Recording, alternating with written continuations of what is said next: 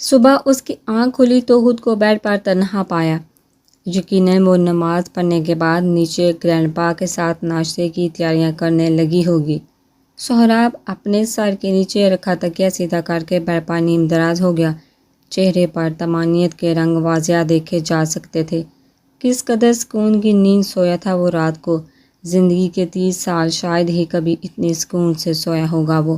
رات کے نہ جانے کون سے پہر حکمہ مووی سے بور ہو کر اس کی باہوں کے حصار میں ہی سو گئی۔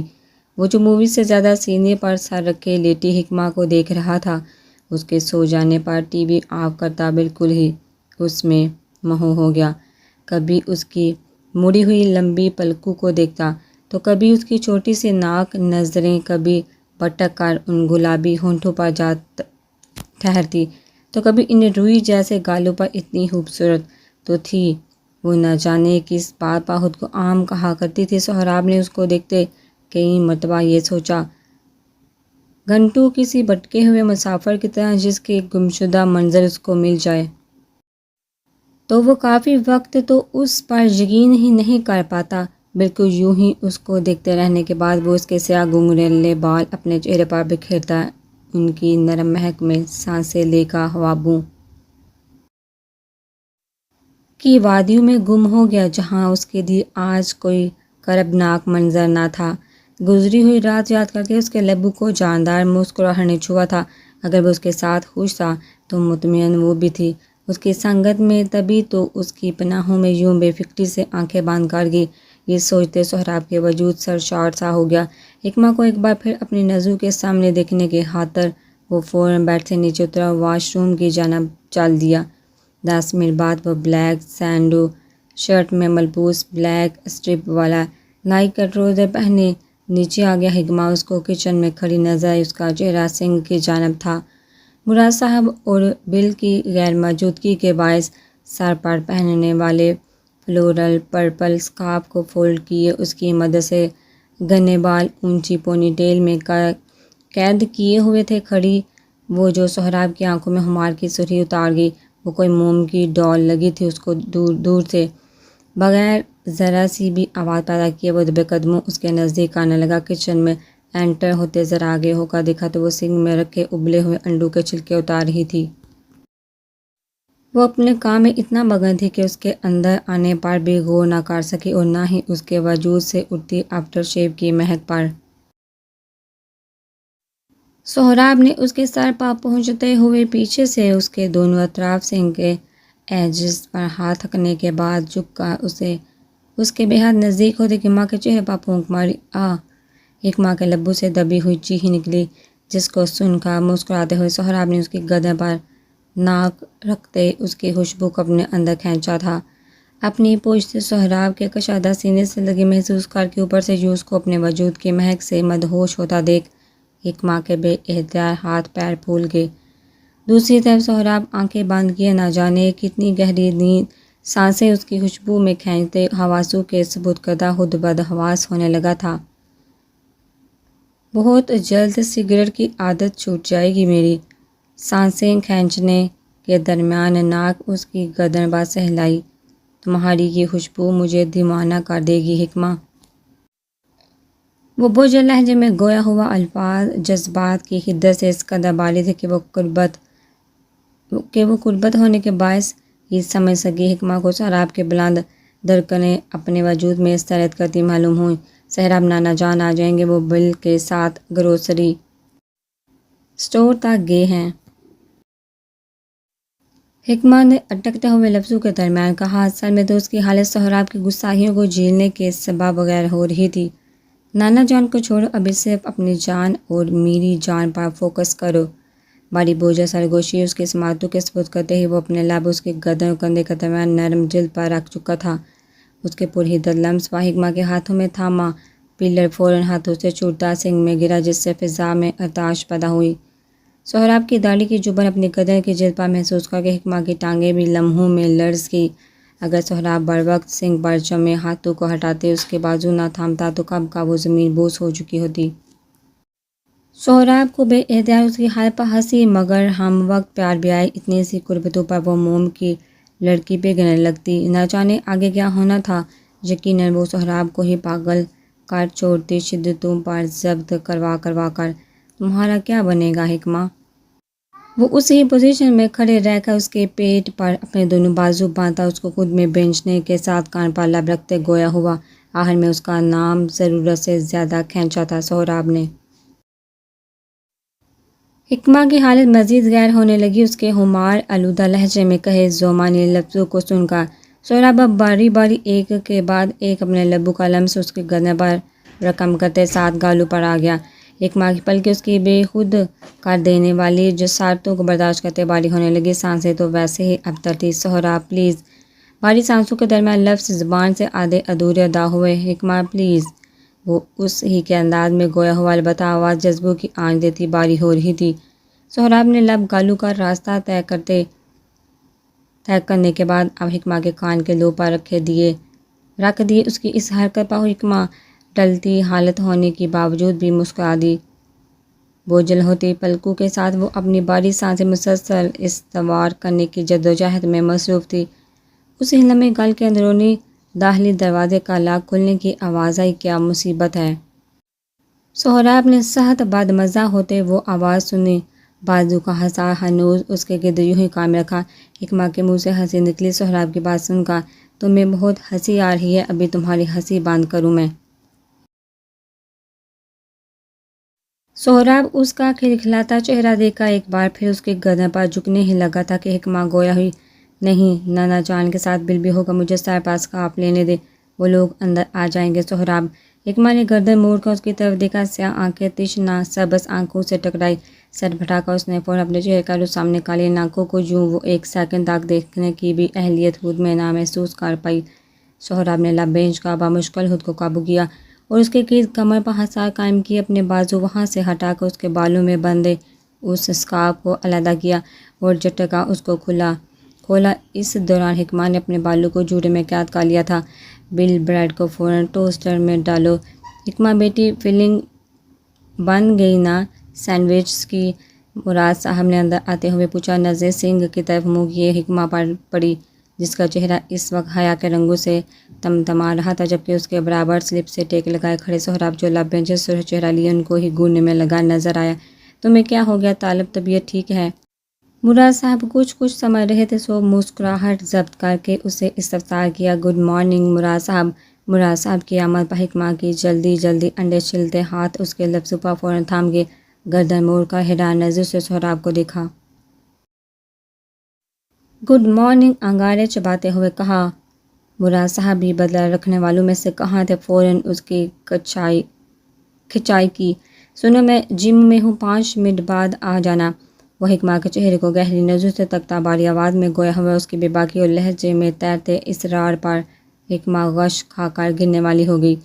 سہراب کی کہی بات وہاں موجود تمام لوگوں نے سنی تھی، جس کو کہنے کے بعد وہ مراد صاحب تک چلتا ہوا آیا اور بغیر کچھ کہے ان کے گال پر زوردار کس کرتے ہی سیڑھیوں کی جانب بڑھ گیا۔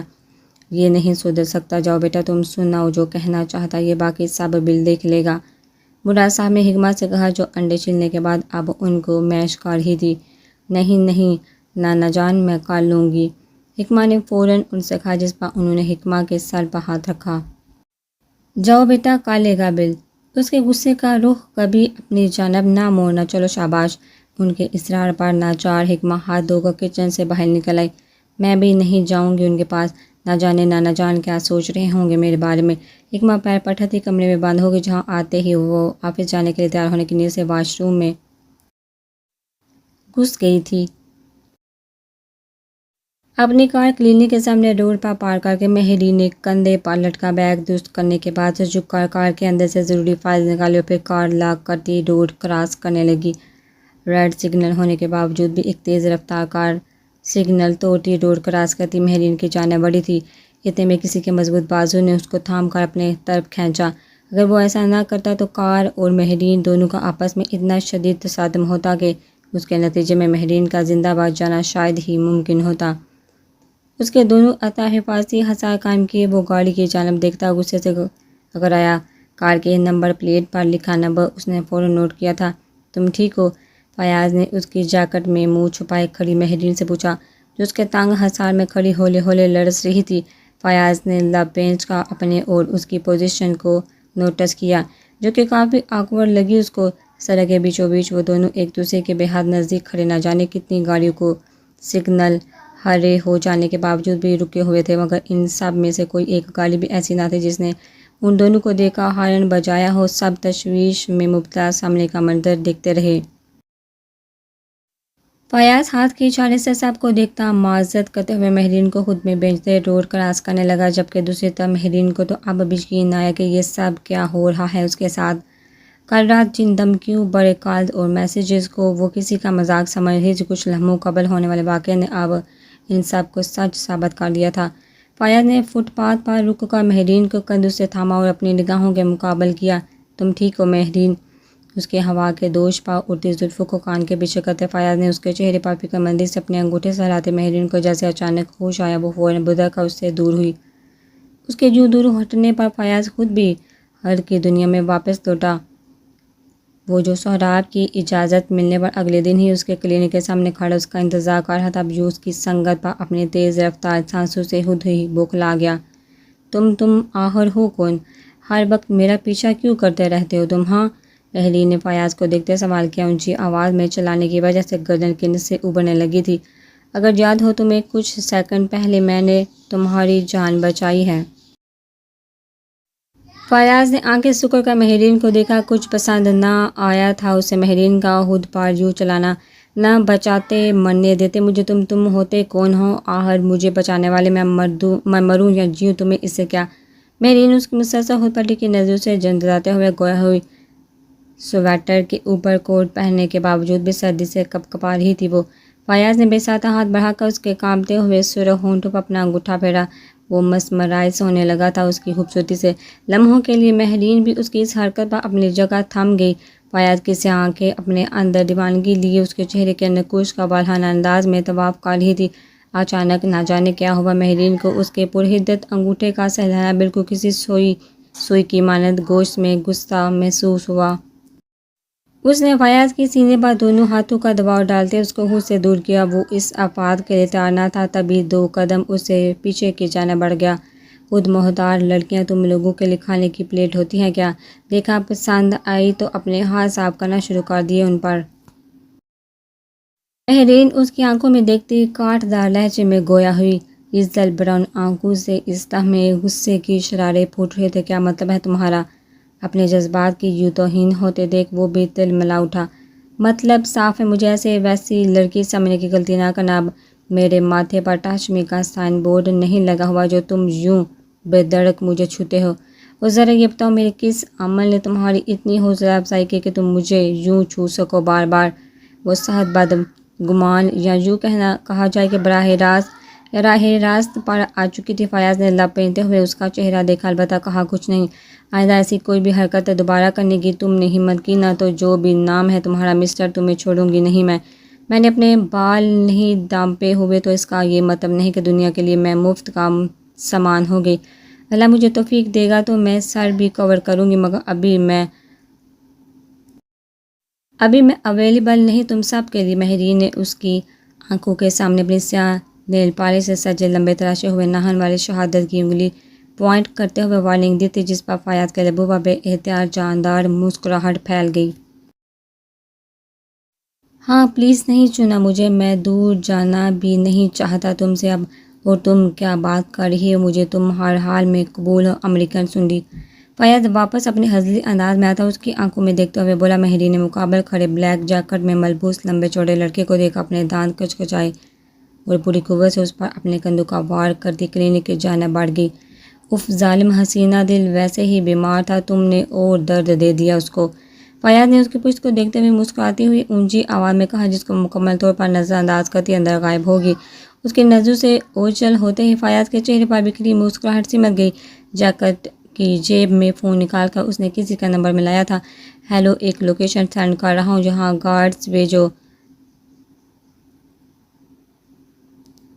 ود آؤٹ یونیفارم تقریباً 2 گاڑیاں بھیجنا اور ایک کار کی نمبر پلیٹ بھیج رہا ہوں، اس کے آنر کو بھی ٹریس کرو۔ رپورٹ مجھے آدھے گھنٹے میں چاہیے۔ سنجیدگی سے اپنی بات مکمل کرنے کے بعد اس نے کال کر موبائل واپس جا کر کے اندرونی جیب میں رکھا اور ایک نظر اس کے کلینک کے بورڈ پر ڈالنے کے بعد روڈ کراس کرتا اپنی سیاہ مرسڈیز کی جانب بڑھ گیا۔ سان ڈیاگو انٹرنیشنل ایئرپورٹ پر ہمیشہ کی طرح اس وقت بھی بھرپور گہما گہمی تھی۔ کچھ لوگ خوشی سے کھلکھلا رہے تھے کیونکہ ان کے اپنے بہت عرصے بعد آج ان کے سامنے تھے، جبکہ کچھ بے پناہ اداس۔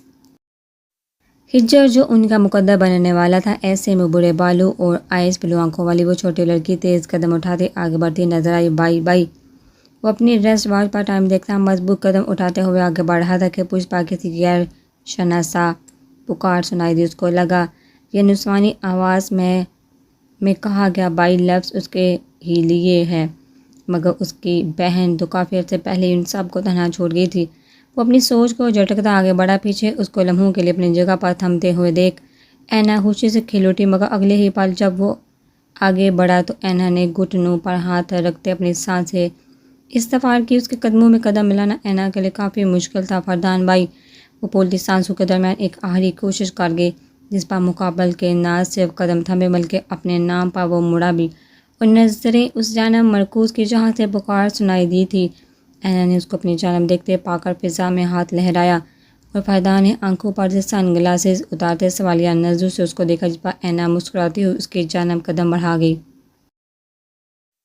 سلام۔ اینا نے اس کے مقابل کھڑے ہو کر سلام کیا، جبکہ فردان تو ساکت و جامد ہو گیا۔ اس کے چہرے کے نقوش دیکھ کر ہو بہو کسی کی بولی بستری صورت جیسے تھے وہ۔ ذہن کے پنوں پر کسی بہت اپنے کا چہرہ لہرایا۔ اب کون؟ فردان کے رگے دماغ میں بننے والی تصویر کو سوچتے خود بہت تنگی اسلام کا جواب دینا بھی ضروری نہ سمجھا گیا۔ مجھے آپ اپنی بہن سمجھ لیں، خالہ نے کہا، میں آپ کی بہن ہوں۔ اینا نے اپنے مقابل کھڑے شخص کو حسرت بھری نظروں سے دیکھا۔ بچپن سے ایک ایسا بھائی چاہیے تھا اس کو، اور آج وہ اس کے سامنے کھڑا تھا مگر پہچاننے سے انکاری۔ کون خالہ؟ کس کا بھائی؟ بلا وجہ میرا وقت ضائع کر رہی ہو تم۔ فردان لب بھینچ کر گویا ہوتا خود پر ضبط کرتے ہوئے مڑ گیا۔ دل نے گواہی دے دی تھی کہ وہ کس کی بیٹی ہوگی۔ اینا نے فوراً ہاتھ آگے بڑھا کر اس کا ہاتھ تھاما۔ Can I hug you please?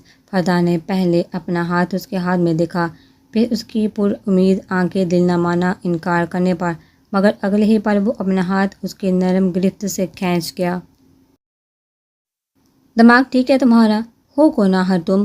وہ غصے سے دبی آواز میں داڑھا آنکھیں لہو جھلکانے کو تھی، جن میں دکھ پڑے ماضی کی ٹوٹی ہوئی بے شمار کچیاں اس کو اذیتوں میں مبتلا کر گئی۔ فرشتے سے ملنے کے بعد کتنا خوش، کتنا مطمئن تھا وہ۔ زندگی میں پہلی بار تو اس کو احساس ہوا تھا کہ وہ ایک مکمل انسان ہے، ایک محبت کرنے والی ماں، ایک پیاری وفادار بیوی اس کے جانے کے بعد جہاں اس کی منتظر تھی۔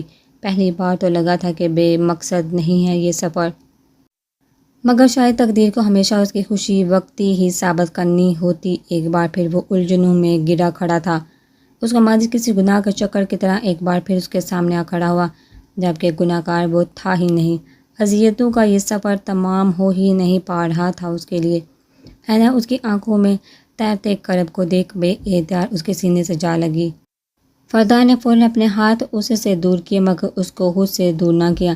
ہے بے صرف جرنی بائی۔ اینا نے اس سے الگ ہوتے ہوئے گالوں پر پھسلتے آنسو کو صاف کیا۔ فردان نے آنکھیں میچ کا اندر چلتی جنگ پر قابو کیا اور بغیر کچھ کہے 2 قدم پیچھے لیتے مڑا اور وہاں سے نکلتا چلا گیا۔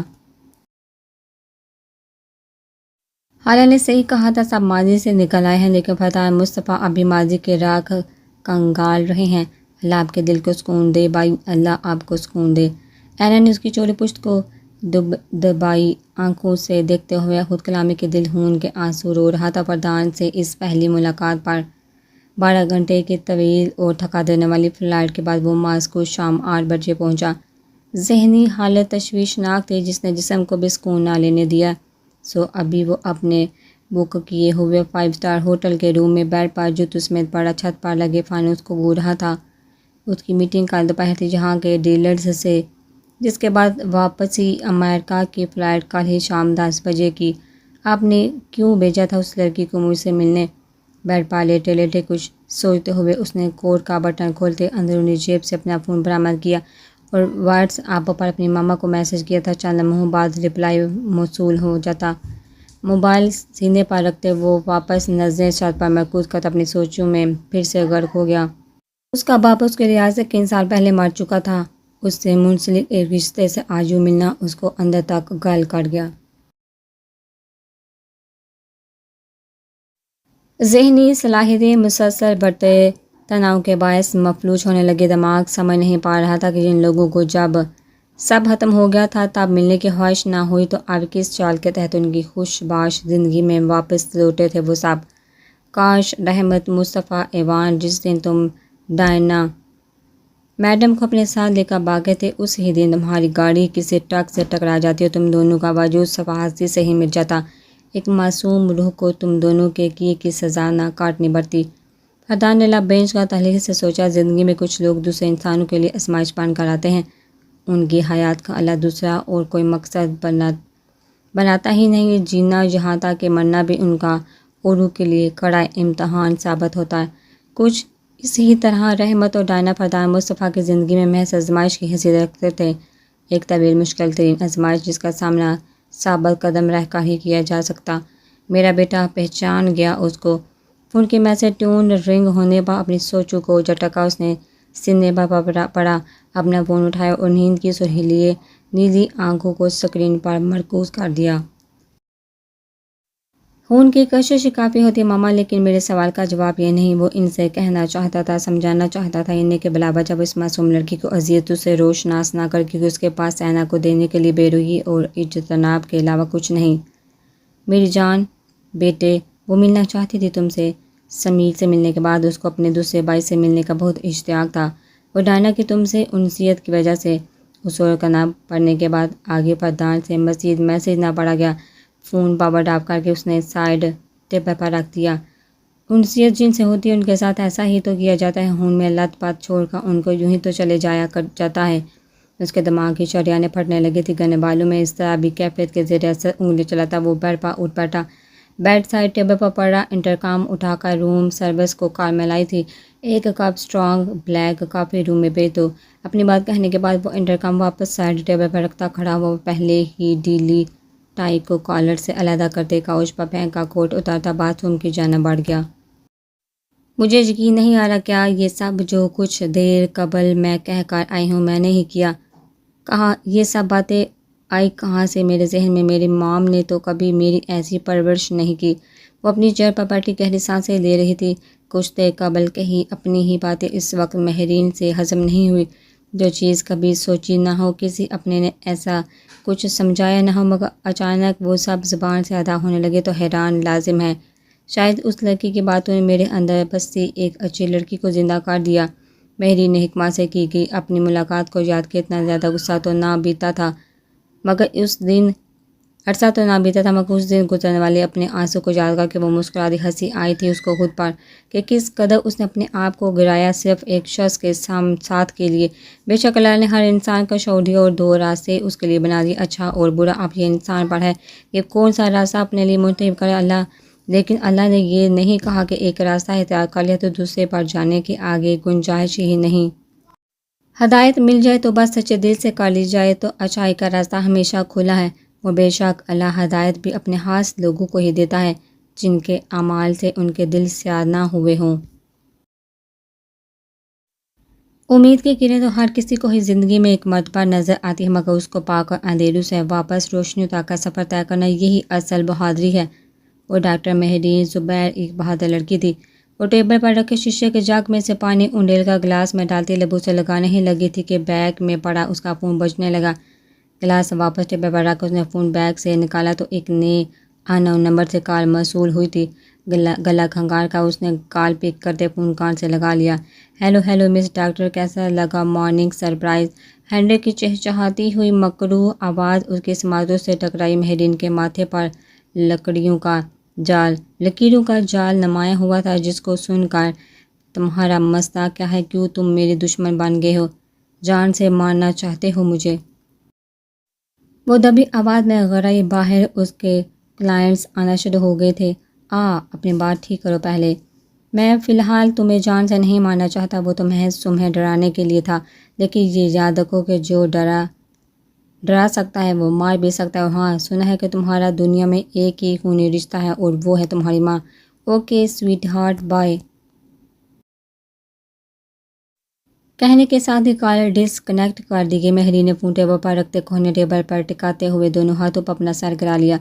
بہت ہی کوئی منحوس کری تھی جب میں نے اس شخص کی مدد لینی چاہیے۔ اب میں کیا کروں، پھنس کر رہ گئی ہوں۔ اگر مام کو نقصان پہنچایا اس نے تو شدید پریشانی کے عالم میں وہ متفکر ہوتے خود کلامی کر گئی۔ دل لرز گیا تھا اپنی ہی سوچ پر۔ اس کے ٹیبل کے نیچے لگے وائس ڈیٹیکٹر نے روم میں ہونے والی تمام گفتگو کی آواز کسی تک بالکل صاف پہنچائی تھی۔ اس نے اپنی کر کے سہراب کے پاس جانے سے انکار تو کر دیا تھا، مگر اب وہ اس سے بات نہیں کر رہا تھا۔ ناشتے کے ٹیبل پر بھی سرسری طور پر اس پر ایک نظر ڈالنے کے بعد خاموشی سے ناشتہ کیا۔ ہاں، مراد صاحب سے کاروبار کے متعلق بات چیت جاری تھی۔ گھر سے آفس تک کا سفر بھی خاموشی میں ہی گزرا، لیکن وقفے وقفے سے اس خاموشی سے پریشان ہو کر وہ آفس کے متعلق ہی اسے سوال کر لیتی، جس کا جواب وہ بالکل نارمل طریقے سے دے رہا تھا۔ سو حکمہ کے دماغ سے یہ خیال تو نکل ہی گیا کہ وہ ناراض ہے۔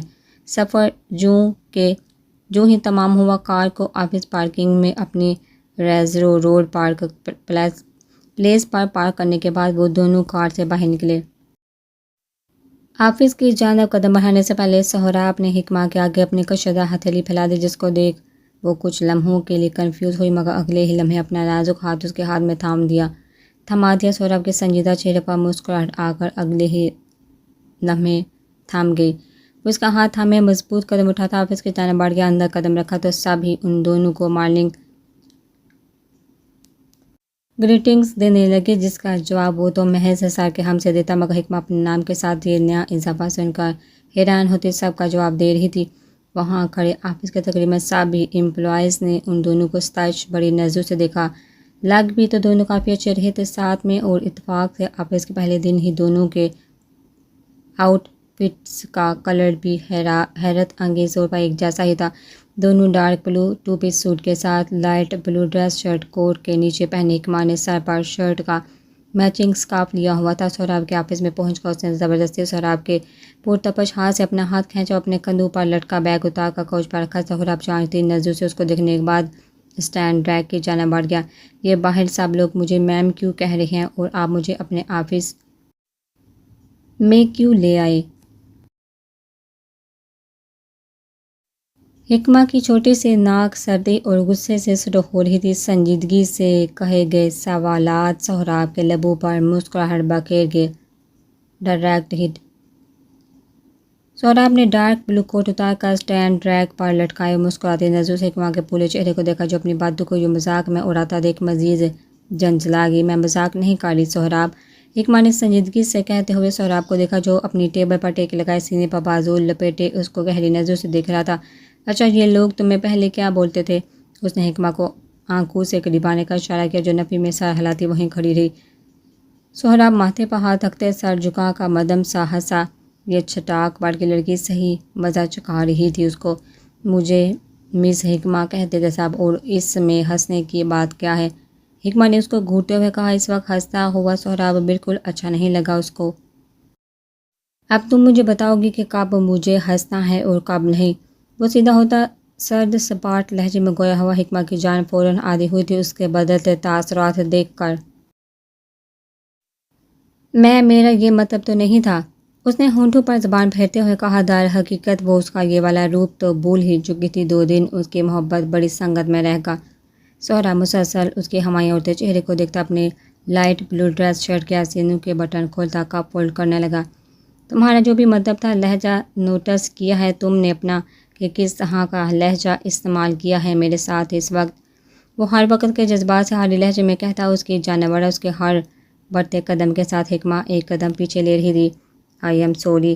سہراب کی سبز پوری اسرار چمکتی آنکھوں سے سچ میں خوف آیا تھا اس کو۔ اتنا مہربان شخص اچانک رویہ بدلے تو سانسیں اٹکنے ہی لگتی ہیں، سو اس کے ساتھ بھی یہی ہونے لگا۔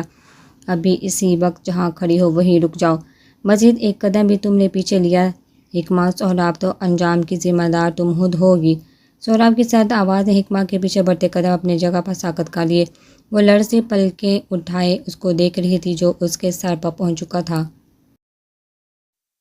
جس آفس میں تم کھڑی ہو یہ میرا ہے۔ جن لوگوں نے تمہیں میم کہا وہ میرے امپلائی ہیں جو میرے انڈر کام کرتے ہیں۔ تم کون ہو؟ میری بیوی۔ اپنے سینے پر شہادت کی انگلی رکھتے کہا تو جو میں چاہوں گا یہ لوگ تمہیں اس ہی طرح سے پکاریں گے، سمجھ آ رہی ہے؟ اپنی بات مکمل کرنے کے فوراً بعد سہراب نے اس کی کوہنی پکڑ کر اس کو اپنی جانب کھینچتے اونچا کیا۔ حکمہ نے گرنے سے بچنے کے لیے اس کی شرٹ کو آگے سے ہاتھوں میں بینچ لیا۔ سہراب کی پرتپش سانسیں اس کا ماتھا جھلسا رہی تھی، مگر اس کو اس سب کی پرواہ کہاں تھی۔ وہ تو محض آنکھوں میں بے یقینی لیے سہراب کے سپاٹ چہرے کو دیکھتی رہی، جو اس کے اپنے چہرے سے کچھ انچ دور تھا۔ جواب دو، آئی سمجھ، یا کسی اور طرح سے تمہیں سمجھاؤں؟ سہراب نے اس کی ہراساں آنکھوں میں جھانکتے ہوئے گمبھیرتا سے کہا۔ حکمہ اپنے خوف کی وجہ سے اس کے بدلتے ہوئے لہجے کو نوٹ نہ کر سکی۔ جی میں سمجھ گئی، خشک ہوتے ہونٹوں پر زبان پھیرتے جواب دیا گیا، جس کو دیکھتے سہراب کی سبز آنکھوں میں خمار اترنے لگا۔ اچھا تو کیا سمجھ آیا؟ سہراب نے اس کے اسکارف پر لگی پن کو اپنی انگلی سے چھوتے ہوئے کہا۔ حکمہ کو وہ اس وقت اپنے آپ میں نہیں لگا تھا۔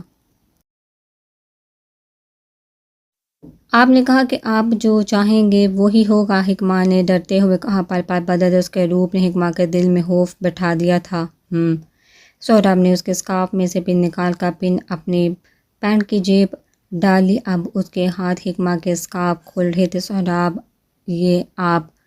وہ ہراساں آنکھوں سے اس کو دیکھتی آگے بھی سوال کرتی، مگر اس سے پہلے ہی وہ اس کے چہرے پر جھکتا اس کی بولتی بند کر گیا۔ ابھی بتایا نا تم نے کہ جو میں چاہوں گا وہی ہوگا، تو ابھی بالکل خاموش۔ حکمہ کے چہرے پر جھک کر اس نے ذرا سخت لہجے میں سرگوشی کی۔ حکمہ نے فوراً سر اس بات میں ہلایا۔ گڈ گرل، اس کے ہلتے سر کو دیکھا۔ واپس سیدھا ہوتے اس نے حکمہ کے اسکارف اتار کر ہاتھ میں تھامتے ہوئے اس میں سے آتی دل فریب مہک کو اپنے اندر گہری سانس لیتے منتقل کیا، اور اگلے ہی پل حکمہ کو کچھ سمجھنے کا بھی موقع دیے وہ اس کو اپنے مضبوط بازو میں بڑھتے ٹیبل کی طرف بڑھا۔ حکمہ کی سیاہ آنکھیں حیرت کی شدت سے پوری پھیل گئی، مگر اس حیرت کے سفر میں بھی اس کے مضبوط بازو کے ہزار اپنی ٹانگوں اور کمر کے گرد محسوس کر گئی۔ اس کی سفید رنگت حیا کے سبب دہک اٹھی۔ کچھ کہہ بھی تو نہیں سکتی تھی کہ دل میں اپنا خوف بٹھا کر بولتی جو بند کر دی تھی اس کی۔ سہراب آہر کرنا کیا چاہ رہا تھا؟ وہ سامنے سے کسرتی ٹیبل کی طرف پہنچا۔ اس نے حکمہ کو زمین پر احتیاط سے کھڑا کیا اور ٹیبل پر پڑی تمام اشیاء ایک ہاتھ سے سر پر کرتے اس کو بازو سے اٹھاتے ٹیبل پر بٹھا دیا۔ وہ کسی پلاسٹک کی ڈال کی طرح اس کے ساتھ سلوک کرتا، جب دل چاہ اٹھا لیا، جیسا دل چاہا ویسے اس کی پوزیشن بدل دی۔ وہ تھی بھی تو اس لمبے چوڑے دراز قامت شخص کے ساتھ آگے ایک نازک ڈال ہی، لہٰذا اپنی منمانیاں کرتے ہوئے وہ اس کا بھی خاص خیال رکھا کرتا۔ اپنی چاہت کیا ہے؟ میری چاہت کیا ہے؟ اس کو ٹیبل پر بٹھانے کے بعد سہراب نے اس کے ہراساں چہرے پر نظر ٹکائی، اپنی شرٹ کا اوپری بٹن کھولا اور ڈارک بلو ٹائی کی ناٹ 2 انگلیوں سے ڈھیلی کرتے جھکا اپنے دونوں ہاتھ ٹیبل پر اس کے اطراف مضبوطی سے جمائے ہوئے۔ خمار کی سرخیلی سبز نظریں ہنوز اس کے چہرے کا طواف کر رہی تھی۔ آپ کی چاہت؟ اس کو سمجھ نہیں آیا کہ اس بات کا کیا جواب دے۔ سہراب نے اس کی مشکل میں آسانی کی۔ میری چاہت تم ہو، اس کی آنکھوں میں دیکھتے سرگوشی سے بھی مدھم لہجے میں کہا گیا۔ حکمہ کا حلق سوکھنے لگا اس کی باتوں کو سن کر۔ تم کون ہو؟ میری آنکھیں اس کے حسین چہرے پر ٹکائی۔ اس بار ایک آسان سوال کیا گیا۔ میں آپ کی بیوی، حکمہ کے چھوٹتے ہی جواب دیا، جس پر وہ مسکرایا اور سیدھا ہوتے ٹیبل پر بیٹھے حکمہ کے نزدیک وہ بیوی کا کیا فرض ہوتا ہے۔ ٹیبل پر رکھے اپنے ہاتھ اٹھا کر ایک اس کی کمر کے گرد حل کرتے اس کو خود سے قریب کیا۔ حکمہ سنبھلنے کے ساتھ اس کے سینے پر بازو رکھتی سیدھی ہوئی تھی۔ بیوی کا فرض ہوتا ہے اپنے شوہر کا کہا مانا، حکمہ نے اس کی آنکھوں میں دیکھتے سمجھداری سے کہا۔ کچھ گھنٹوں قبل اپنی کی ہوئی حرکت وہ بھول چکی تھی۔ سہراب اس کو دیکھتا اس کے کان پر جھک گیا۔ تو پھر تم نے صحیح صبح میری بات کیوں نہیں مانی بیوی؟ مسکراتا ہوا سرگوشیاں لہجہ تھا اس کی پرحدت سانسوں سے۔ حکمہ کی کھال جھلسنے لگی۔ کچھ سمجھ رہی تھی کہ غصہ کس بات کا ہے۔ وہ مجھے آفس کے لیے تیار ہونا تھا، لیٹ ہو رہی تھی نا، حکمہ دھیمی آواز میں منمنائی۔ کچھ دیر قبل غصے سے ڈرا رہا تھا اور اب اپنی جسارتوں سے۔ سہراب نے اس کی بات سن کر مسکراتے ہوئے آنکھیں موند کر اس کی کان کے لوپ اپنے لب رکھ دیے، جس کے جواب میں حکمہ پوری جان سے کانپ گئی۔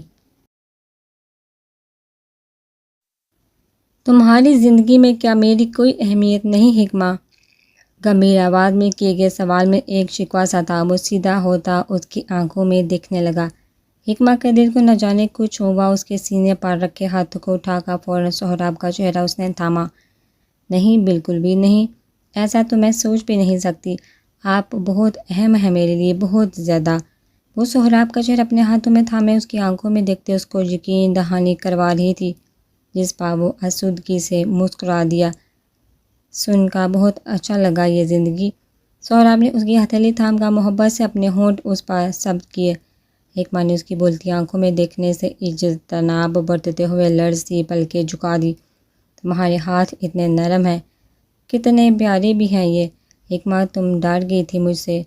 وہ اس کے دونوں ہاتھ اپنے ہاتھوں میں تھامتے ہوئے اپنے مضبوط ہاتھوں میں اس کے نازک ہاتھ دیکھنے لگا، ساتھ ہی سوال بھی کیا۔ جی، حکمہ نے مدھم آواز میں جواب دیا، جس پر سہراب کا جاندار قہقہاپس کی خاموش فضوحس ماحول میں گونجا۔ حکمہ نے نظریں اٹھا کر سوالیہ نظروں سے ہنستے ہوئے سہراب کو دیکھا۔ وہ تو میں نے تمہاری چلتی زبان بند کرنے کے لیے کہا تھا، بغیر بریک کے چل رہی تھی۔ سہراب نے لبوں کا کنارہ دانتوں میں دباتے ہوئے اس کو مسکراتی نظروں میں دیکھا، جو خود کو یوں بیوقوف بنائے جانے پر سخت غصے میں نظر آئی۔ یہ اچھی بات نہیں سہراب، میں بہت ڈر گئی تھی، آپ نے مجھے پاگل بنایا۔ حکمہ اس کے سینے پر اپنا پورا زور لگا کر اس کو پیچھے دھکیلنے لگی، جس پر وہ ایک قدم بھی پیچھے نہ ہٹ سکا۔ سہراب نے اس کی معطر ہوتی رنگت دلچسپی سے دیکھتے ہوئے اس کے ہاتھ اپنے دونوں مٹھیوں میں تھامتے جھٹکا دے کر اس کو خود سے نزدیک کیا۔ حکمہ ہوا کے دوش پر اس کے سینے سے آ لگی۔ پاگل تو میرا تمہیں آگے بھی بنانے کا ارادہ ہے، اپنے پیار میں پاگل، اتنا پاگل کہ تمہیں ہر لمحے مجھے دیکھنے کی ضرورت محسوس ہو، اتنا پاگل کہ یہ سانسیں میرے بغیر دوبر ہونے لگے۔ جو حال میرا ہوتا ہے وہی تمہارا بھی ہو میرے بغیر۔ سہراب نے اس کا چہرہ تھوڑی سے تھام کر اونچا کیا اور اس کے ہونٹوں پر جھکا کچھ انچ کے فاصلے پر ٹھہرتے ہوئے باری بوجھل لہجے میں گویا ہوا۔ دونوں کی دھڑکتی سانسوں کا ایک دوسرے سے ملاپ ہوا۔ حکمہ کی دھڑکنیں اس کی بہکتی باتوں کو سن کر منتشر ہونے لگی، اور وہ تو پور پہلے ہی پاگل تھا اس کے پیچھے۔ سہراب اس کی تھوڑی چھوڑتا ہاتھوں کی انگلیاں رینگتے ہوئے لے جا کر اس کا نرم رخسار سہلانے لگا۔ سہراب ہم آفس میں ہیں اس وقت، حکمہ نے اس کو اپنے ہونٹوں پر جھکتے دیکھ دبی ہوئی آواز میں کہا۔ سہراب نے گہری سانس لیتے آنکھیں کھول کر اس کا چہرہ دیکھا۔ تو کیا اس آفس میں تم کمفرٹیبل نہیں میرے ساتھ؟ سہراب نے اس کی لرزی پلکوں پر انگلی پھیرتے ہوئے سوال کیا۔ اب وہ کیا جواب دیتی، اس بات پر اس کو سمجھ نہ آیا، سو نہ سمجھی سے نفی میں سر ہلا گئی، جس کو دیکھتے اگلے ہی لمحے وہ آنکھیں باندھ کرتے نرمی سے اس کے لبوں کے کنارے پر اپنا لب رکھ گیا۔ سہراب کی دہکتی سانسوں نے حکمہ کی جان نکال دی۔ اس نے لرزتے ہاتھوں سے سہراب کی شرٹ کندھوں سے دبوچ لی۔ وہ اس کے لبوں کے کنارے سے اپنے لب ہٹاتا اس کی تھوڑی چومنے لگا، جس کے بعد وہ اس کے بالوں کا جوڑا کھولتے ہوئے بال اپنی مٹھی میں دبوتا اس کا سر اونچا کر گیا۔ حکمہ کے حلق سے ہلکی سسکی برآمد ہوئی، جس کو لبوں کا کنارہ دباتے وہ حلق ہی میں دبا گئی۔ سہراب اس کی حالت سے بے خبر بے خود ہوتا اس کی گردن کی شارک پر اپنے دہکتے لب رکھ دیے۔ دروازہ لاک نہیں، وہ اس کے لمس پر پگھلتی باری سانسوں کے درمیان بولی۔ بھول گئی ہو کیا کب کوئی بغیر اجازت آیا میرے کمرے میں؟ اور جو آتا ہے وہ یہاں نہیں۔ وہ نور اس کی گردن پر جھکا گویا ہوا۔ حکمہ اپنی جلد پر اس کی داڑھی کی چبھن بمشکل برداشت کر رہی تھی۔ اس کی پرحدت خوشبودار سانسیں حکمہ کے اذان عطا کرنے لگی۔ وہ بے خودی کی حدوں کو چھو کر اس کے شرٹ کے کالر پر اپنی شہادت کی انگلی پھیرتا اس کی گردن کے نچلی سکن پر اس ہی انگلی سے لکیر نیچے تک کھینچتا چلا گیا، ساتھ ہی اس کے ہونٹوں نے بھی یہ سفر انگلی کے ساتھ طے کیا۔ حکمہ نے اس کے کندھوں کو چھوڑتے ٹیبل کے ساتھ سطح پر اپنے ہاتھ ٹکا دیے۔ وہ مدہوش ہونے لگی تھی اب اس سب سے، اپنے جذبوں میں بھیگتے۔ سہراب آگے کچھ اور کرتا اس سے پہلے کمرے کی خاموش فضا میں دونوں کی سانسوں کے شور کے ساتھ ٹیبل پر رکھا انٹرکام بجنے لگا۔ اچانک اس آفات پر حکمہ نے ٹیبل سے ہاتھ اٹھاتے سہراب کے کندھوں کو مضبوطی سے تھام لیا۔ آفس روم میں کسی کے آ جانے کے خوف سے اپنا چہرہ اس کی گردن میں چھپا گئی تھی وہ۔ سہراب بھی سیدھا ہوتا اس کی تیز رفتار سانسوں کو اپنی گردن پر پڑتے محسوس کر کے اس کی کمر میں بازو ہلکے اور اس کے لرزے وجود کو خود میں بھیج لیا۔ اس کو اٹھا لے، کوئی اندر ہی نہ آ جائے۔ انٹرکام مسلسل بج رہا تھا، جس کو سنتے حکمہ اس کی گردن میں منہ دیے خوف زدہ آواز میں بولی۔ میری سلطنت میں میری اجازت کے بغیر کوئی قدم نہیں رکھ سکتا، اور میری ملکہ کے یہاں ہوتے ہوئے بالکل بھی نہیں۔ وہ اس کی کمر سہلاتا ہوا دھیمی پیار بڑی آواز میں گویا ہوا۔ حکمہ کو کچھ عرصہ ہوا اس کی بات سن کر۔ انٹرکام بج کر اپنی ناقدری پر رونے کے بعد خاموش ہو گیا۔ جس کے فوراً ہی بعد اسٹینڈ میں لٹکے اس کے کوٹ میں موجود موبائل فون چنگارنے لگا۔ کیا مصیبت ہے، کس کو موت پڑ ہی ہے اب؟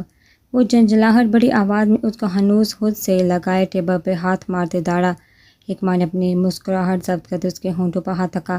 غلط بات ایسے نہیں کہتے، کیا پتہ کسی کو آپ کی ضرورت ہو؟ اس کی آنکھوں میں دیکھتے معصومیت سے بولے، جس پر غصہ ہونے کے باوجود بھی وہ مسکراتے ہوئے اس کی انگلیوں پر اپنے لب رکھتے اس کی آنکھوں میں دیکھنے لگا۔ وہ جو مجھے تمہاری ضرورت ہے اس کا کیا؟ سہراب گمبھیر آواز میں گویا ہوا۔ حکمہ کی انگلیوں کے نیچے ہلتے اس کے انابل لب حکمہ کو پلکیں جھکانے پر مجبور کر گئے۔ میں تو آپ کے پاس ہی ہوں، حکمہ پلکیں جھکائے دھیمی آواز میں بولی، اپنا ہاتھ واپس نیچے کھینچ لیا کیونکہ مسلسل اس کی بڑھتی جسارت ہتھیلی کے بعد آپ کلائی تک پہنچ چکی تھی۔ کہاں ہو پاس، ابھی اپنے گھر چلے جاؤ گے؟ پتہ نہیں رات کیسے گزرے گی میری۔ موبائل بھی کافی دیر بجتے رہنے کے بعد خاموش ہو گیا، لیکن موبائل کے مالک کو اس کی کوئی فکر نہ تھی۔ تو ہمیشہ کے لیے تو نہیں جا رہی، کل ہی آ جاؤں گی، حکمہ اس کے کندھے پر سر رکھتے ہوئے مسکرا کر بولی۔ در حقیقت وہ خود بھی مانوس ہونے لگی تھی اس کے لمس سے۔ پھر کل رات ہم یہاں سے ہی کنٹینیو کریں گے۔ اس کے کان پر جھکا گمبھیر سرگوشی کرنے کے بعد ماتھے پر محبت بڑی مہر ثبت کرتے ہوئے دور ہوا۔ اس کی باتوں نے حکمہ کے گال دہکا دیے، ایسا لگا تھا سہراب کے ساتھ رہتے ہوئے تو اس کے پورے جسم کا خون چہرے پر ہی سمٹ آتا۔ سہراب نے دلچسپی سے اس کے چہرے پر نظر ڈالتے پینٹ کی جیب میں سے اس کی پن نکالی اور ٹیبل پر بیٹھے حکمہ کو بازو میں تھام کر نیچے اتارتے اس کا ہاتھ سیدھا کر کے ہتھیلی پر سلور پن رکھ دی۔ سوری، تمہاری ساری تیاری ہی خراب کر دی میں نے۔ وہ اس کے جھکے سر کو دیکھتے ہوئے کوٹ کی جانب بڑھ گیا، جس کی جیب میں موبائل نکال کر دیکھا تو فیاض کی کال تھی۔ اس نے واپس کال ملاتے فون کان سے لگا لیا۔ حکمہ اس کو کندھوں سے فون کان پر ٹکائے کلاس وال کی طرف رکی، اپنی شرٹ کا کالر ٹھیک کرنے میں مصروف دیکھ جلدی سے اپنے بال جوڑے میں باندھنے کے بعد اسکارف ٹیبل سے اٹھاتے سر پر پہننے لگی۔ میرے اوپر والے آفس میں پہنچو، 5 منٹ میں آتا ہوں میں، سہراب کی سنجیدہ آواز آفس روم میں گونجی، جس کو سن کر اس کا روح اپنی جانب ہوتے دیکھ حکمہ نے جلدی ہاتھ چلا کر سر پر اسکارف سٹ کیا اور پن لگا لی۔ سہراب کال کا موبائل فون کوٹ کی جیب میں ڈالتا اسٹینڈ پر لڑکا کوٹ اتار کر پہنتے ہوئے اس کے جانب مڑا۔ تمہارے ہاتھ بڑے تیز چلتے ہیں، میری اتنی محنت سے بگاڑے کے کام کو تم نے 5 منٹ سے بھی پہلے ٹھیک کر لیا۔ اس کے معصوم چہرے کو نزدیکی حصار میں لیتا اس کے جانب بڑھا۔ ایک بار پھر اس کی پیش رفت دیکھ حکمہ ٹیبل سے لگ کر کھڑی ہوگی۔ ہاں، میں اب جا رہی ہوں اپنے کیبن میں۔ وہ اس کی گہری نظروں کو اگنور کرتے دروازے کے جانب بڑھنے ہی لگی تھی کہ سہراب نے اس کی کلائی تھام کر اس کو روک لیا۔ جی نہیں، اب سے آپ کا آفس یہ ہے اور آپ ادھر ہی رہیں گی میرے ساتھ، میرے برابر والی کرسی پر۔ سہراب نے نظروں کا اشارہ سامنے ٹیبل کے ساتھ لگی کرسی پر کیا۔ حکمہ نے گردن موڑ کر وہاں دیکھا، بالکل اسی کی کرسی جیسی ہی سیاہ شاندار آفس چیئر پڑی تھی وہاں۔ میں وہاں بیٹھوں گی، حکمہ نے ششدر آواز میں کرسی کو دیکھتے کہا۔ سہراب اس کے سوال پر مسکرا دیا۔ ہاں بالکل وہاں ہی بیٹھو گی اور میرا انتظار کرو گی۔ وہ رہا تمہارا لیپ ٹاپ، گراف چارٹس دیکھو اس میں، اور نیو آنے والے تمام ایونٹس کی ٹوٹل ایکسپینسز رپورٹس تیار کرو، آدھے گھنٹے تک آتا ہوں میں۔ اس کا گال تھپتھپا کر لفٹ کی جانب بڑھ گیا۔ حکمہ نے گردن موڑتے واپس اس شخص کو دیکھا۔ اس نے کہا تھا کہ وہ حکمہ کو پاگل بنا دے گا تو وہ یہی کرنے لگا تھا اب تک۔ حکمہ اس کے چلے جانے کے بعد بھی کافی دیر تک کھڑی اس کے پرفیوم کی مہک ہود پا اور اپنے اطراف ہر جگہ محسوس کرتی رہی، اور پھر اس کی غیر موجودگی میں عجیب سا خالی پن خود میں دیکھتی اس کی کرسی کے برابر کرسی رکھی کرسی پر جا بیٹھی۔ بھائی، آپ کو کوئی اندازہ ہے کب سے میں ویٹ کر رہا ہوں؟ آپ کا اتنی ساری پرابلمز ہو گئی ہیں۔ اس کے آفس میں قدم رکھتے ہی کاؤچ پر بیٹھا فیاض مضطرب ہوتا اس کی شکل دیکھتے ہی بولا، بیٹھ جاؤ، آرام سے بات کرو۔ سہراب نے آنکھوں کے اشارے سے اس کو بیٹھنے کا کہا، جس پر وہ لب بینچ کا واپس کاؤچ پر بیٹھ گیا۔ وہ ماہرین کے لیے بے حد پریشان تھا، وجہ نہ جانے کیوں۔ سہراب اس کے مقابلہ بیٹھا اور تنقیدی نظروں سے سامنے بیٹھے فیاض کا جائزہ لیا، جو مسلسل پیر ہلا رہا تھا۔ آپ کو ہو کیا بات ہے؟ سہراب نے کوٹ کی جیب سے سگریٹ کا پیکٹ نکال کر سگریٹ لبوں میں دبائی اور لائٹر سے اس کو جلاتا ٹیک لگا کر آرام دہ انداز میں بیٹھ گیا۔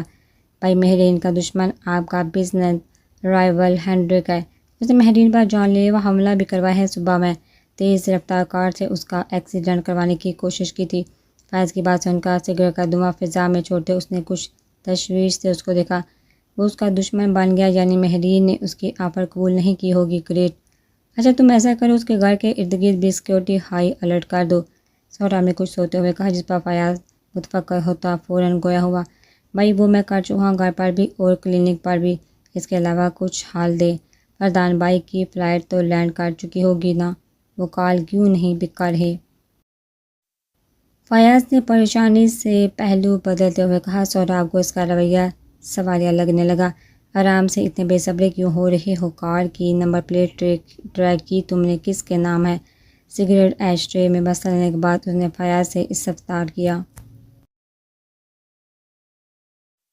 جی کسی عام سے بندے کے نام ہے، ہینری کار دور دور تک کوئی تعلق نہیں اس کار سے، وہ مزے کی بات کار آنر کی ہے، وہی چلاتا ہے، چوری کی کوئی کمپلین رجسٹر نہیں۔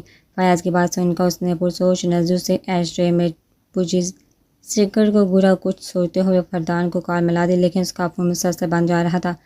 فردان جو ابھی ابھی بات لے کر وائٹ باتھنگ روم میں ملبوس گیلے بالوں کو ٹاول سے رگڑا تھا، باتھ روم سے باہر نکلا تھا، کچھ سوچتے ہوئے سائڈ ٹیبل کی جانب بڑھا، وہ پاور آف موبائل اٹھا کر آن کیا اور سکرین پر فیاض اور سہراب کی لاتعداد کالز دیکھا۔ سہراب کو کال بیک کرتے فون کان سے لگا لیا۔ ہاں کہو کیا ہوا؟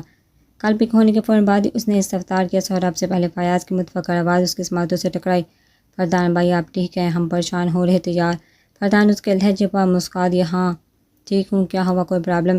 اس نے ٹاول کاؤچ پر پھینکتے ہوئے استفسار کیا۔ وہ نمبر تم سے ٹریک ہوا جس کو ریچ نہیں کر پا رہے تھے تم؟ فیاض کی بجائے سہراب کی اسپاٹ آواز ایئر پیس میں گونجی، وہ اب بھی ناراض تھا فردان سے، فیاض کو مہرین والے کیس پر فوکس کرنے کی وجہ سے نہیں۔ اس کا لہجہ سن کر فردان نے بھی رکھائی سے جواب دیا۔ فون کے اس پر بیٹھا سہراب نے اپنے لب بھینچ کا ایک دو چوری اوپر سے سینہ زوری، ہینری کی ڈو نے کسی ماسٹر مائنڈ کے کنٹرول میں ہے۔ آج صبح مہرین پر حملہ ہوا ہے، جس کار سے حملہ کروایا گیا وہ کار کسی عام آدمی کے نام پر رجسٹر ہے، اور ہینری کے پاس اتنی عقل نہیں۔ سہراب نے اپنی ناراضگی پس پشت ڈال کر سنجیدگی سے کہا، جس پر دوسری طرف موجود فردان مسکرا دیا، ظاہر سی بات ہے تبھی وہ نمبر میں ٹریک نہیں کر پا رہا سہراب طالب۔ فردان نے تمساح بڑے لہجے میں اس کا مذاق بنایا، جس پر سہراب کا دل چاہا کہ اب اس سامنے ہوتا تو سر پھوڑ دیتا اس اکھڑ مزاج انسان کا۔ اچھا بھائی اب پریشان سا فیاض ان دونوں کی سرد جنگ کو نہ سمجھتے ہوئے متفکر لہجے میں استفسار کر گیا، تم آج رات ہینری کے گھر پر چھپ کر جاؤ فیاض، 3 بجے تک یہ کام کرنا، اس کا فون یقیناً انکرپٹڈ ہے، ایک ایپ میں تمہیں بتاؤں گا، تم وہ اس کے فون میں انسٹال کرنا، جس کے بعد ہم وہ ان نون نمبر آسانی سے ٹریک کر سکیں گے۔ اپنے ساتھ بیٹھے ہوئے انسان کو کہو کہ آج رات بیوی کا پلو چھوڑ کر ہینری کے گھر کے تمام کیمرز آف کروا دے، اور فردان نے سارا پلان اس کو بتایا، جو نہایت غور سے اس کی باتیں سن رہا تھا۔ اسی لمحے فردان کی پشت پر روم کا دروازہ کھلا اور ایک سفید بالوں والی گوری پرکشش لڑکی ویٹر یونیفارم میں کمرے میں داخل ہوئی۔ سر یور کافی، لڑکی نے فردان کی پشت کو دیکھتے ہوئے کہا۔ وہ فون پر بات کرتے کرتے خاموش ہوا۔ اوکے ناؤ یو مے لیو۔ فردان نے اس کی جانب دیکھنے کی ضرورت بھی نہیں محسوس کی، جس پر وہ لڑکی اس کی پشت پر نظر ڈالتے روم سے باہر نکل گئی۔ ہاں مہرین کی سیکیورٹی ہائی الرٹ کر دو، 100 میں سے 90% رسک فیکٹر ہے اس کے لیے۔ اپنی آخری بات کہنے کے بعد اس نے کال کاٹی اور اپنی پشت پر رکھی ٹرالی کی جانب بڑھ گیا، جس پر اس کی بلیک کافی وائٹ ماربل کپ سیٹ میں رکھی تھی۔ کپ ہاتھ میں تھامتے وہ لبوں سے لگاتے کاؤچ پر بیٹھا، کافی اس کی پسند کے عین مطابق تھی، بغیر چینی کی کڑوی کسیلی بلیک کافی۔ گرم کافی کا پورا کپ اپنے اندر اتارنے کے بعد وہ کاؤچ سے کھڑا ہوتا ٹرالی کی جانب بڑھا۔ اصولاً تو یہ پینے کے بعد ساری نیند بھاگ جانی چاہیے تھی، مگر اس کی نیند نہ جانے کیوں بڑھنے لگی۔ خالی کپ ٹرالی پر رکھتے ہوئے وہ اچانک خود پر غالب ہوتی نیند کی شدت سے باری ہوتی، سر کو ہاتھوں میں تھامتا بیڈ کی جانب مشکل قدم بڑھائے، وہ تکیہ سیدھا کرتا اونھے منہ بیڈ پر گر گیا۔